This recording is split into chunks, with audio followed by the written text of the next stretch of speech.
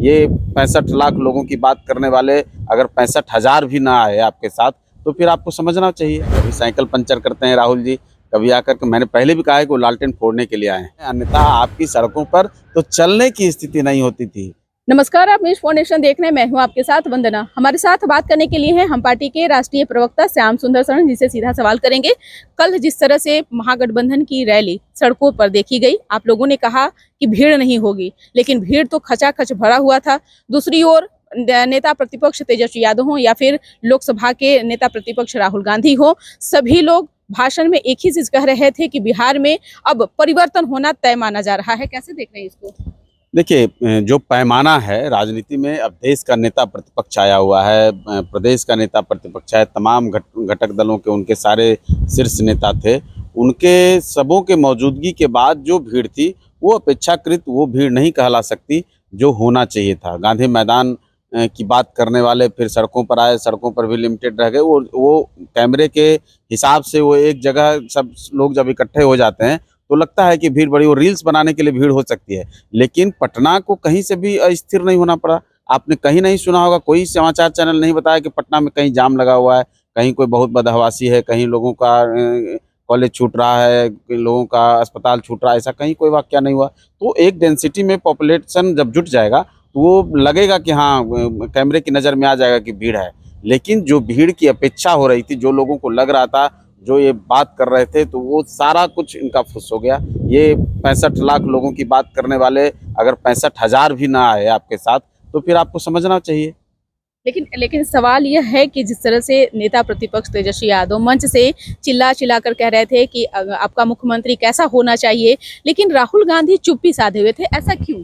देखिए, ये सारे लोग के पेट में कुछ होता है, मन में कुछ होता है। ये सब लोग एक दूसरे को लेंगी लगाने के फेरा में रहते हैं। जब मौका आता है एक दूसरे को लेंगी लगाते हैं। कभी साइकिल पंचर करते हैं राहुल जी, कभी आकर के, मैंने पहले भी कहा है कि वो लालटेन फोड़ने के लिए आए हैं और लालटेन उन्होंने आधा फोड़ भी दिया है। अब अगर नहीं समझ रहा है, महागठबंधन के नेताओं को समझ नहीं आ रहा है तो वो उनकी बात है, लेकिन ये कैसा मुख्यमंत्री हो, देश का नेता कैसा हो, प्रदेश का नेता कैसा हो, ये नारों से अगर होने लगेगा तब तो फिर अलग बात है। आपने देखा होगा कि ये 15 दिन की यात्रा करके तेजस्वी यादव कल फिर जाकर के मरीन ड्राइव पे डांस कर रहे हैं। तो क्या देश का नेता जो है और प्रदेश का मुख्यमंत्री जो है, आपने कभी देखा है कर्पूरी ठाकुर जी को इस तरह का बर्ताव करते हुए, या उनके ही पिताजी क्या वो डांस करते थे? तो भाई आपके अंदर जो गंभीरता है, वो जो दिखना चाहिए नेता प्रतिपक्ष के तौर पर, नेता के तौर पर, मुख्यमंत्री कैंडिडेचर के तौर पर, वो कहाँ दिखता है? कौन सी ऐसी बात मीडिया से इतर क्या कोई पॉलिटिकल एक्टिविटी होती है? मीडिया से इतर क्या उनकी कभी कोई ऐसी वार्ता आपने देखी? क्या कोई उनका, आजकल चलता है कि भाई राजनीति को इन लोगों ने नेतागिरी से अभिनेतागिरी पे ला दिया।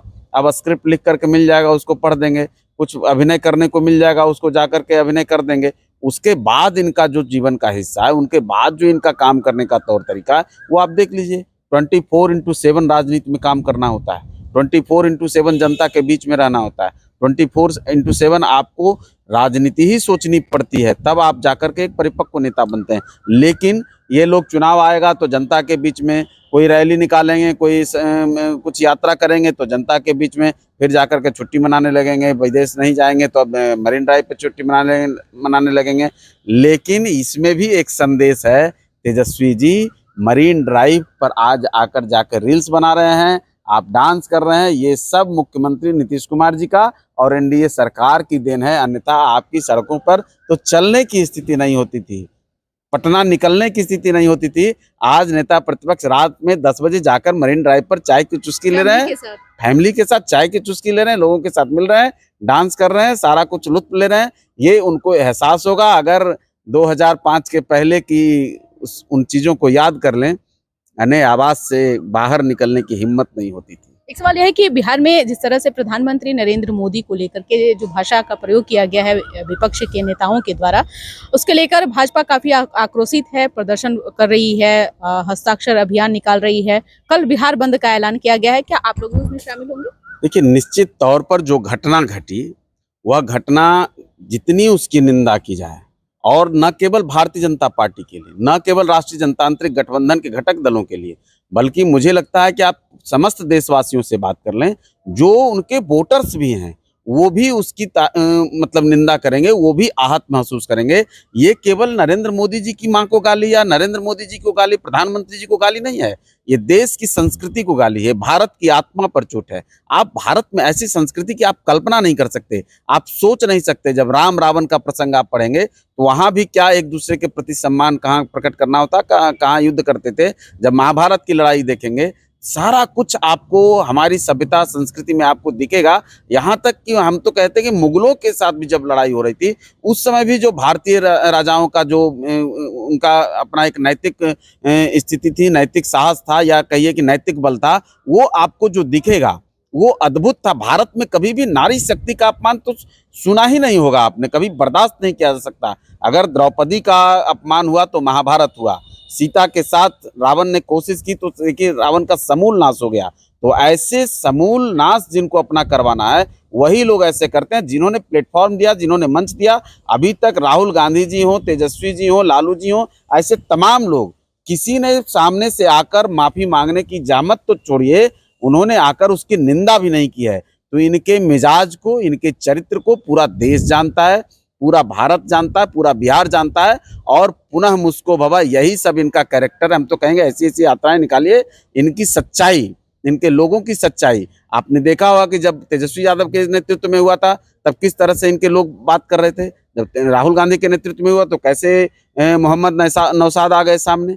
तो इनका जो सच्चाई है वो उजागर होता रहेगा। हम तो कहेंगे प्रभु इनको बुद्धि दीजिए, इनको विवेक दीजिए, थोड़ा संभल जाएं, अन्यथा ऐसे ही रैलियां निकालें, इनकी कलई खुलती जाएगी। हमको कुछ कहने की आवश्यकता नहीं पड़ेगी, जनता सब देख रही है। जनता इनको फिर मजबूर करेगी, ये ईवीएम को ही गाली देते रह जाएंगे, चुनाव आयोग को गाली देते रह जाएंगे, कुछ नहीं होने वाला है इनका। बहुत बहुत शुक्रिया बात करने के लिए। तो ये थे हम पार्टी के राष्ट्रीय प्रवक्ता श्याम सुंदर शरण, जिन्होंने कहा कि हम भगवान से प्रार्थना करते हैं कि विपक्ष के नेताओं को भगवान बुद्धि दे, विवेक दे, ताकि ये लोग जो है सद्बुद्धि से काम कर सकें। हालांकि अब देखने वाली विषय होगी कि इसका जवाब बिहार के महागठबंधन की ओर से किस प्रकार से दिया जाता है। इस खबर बस इतना ही। बने रहिए न्यूज़ नेशन के साथ। धन्यवाद।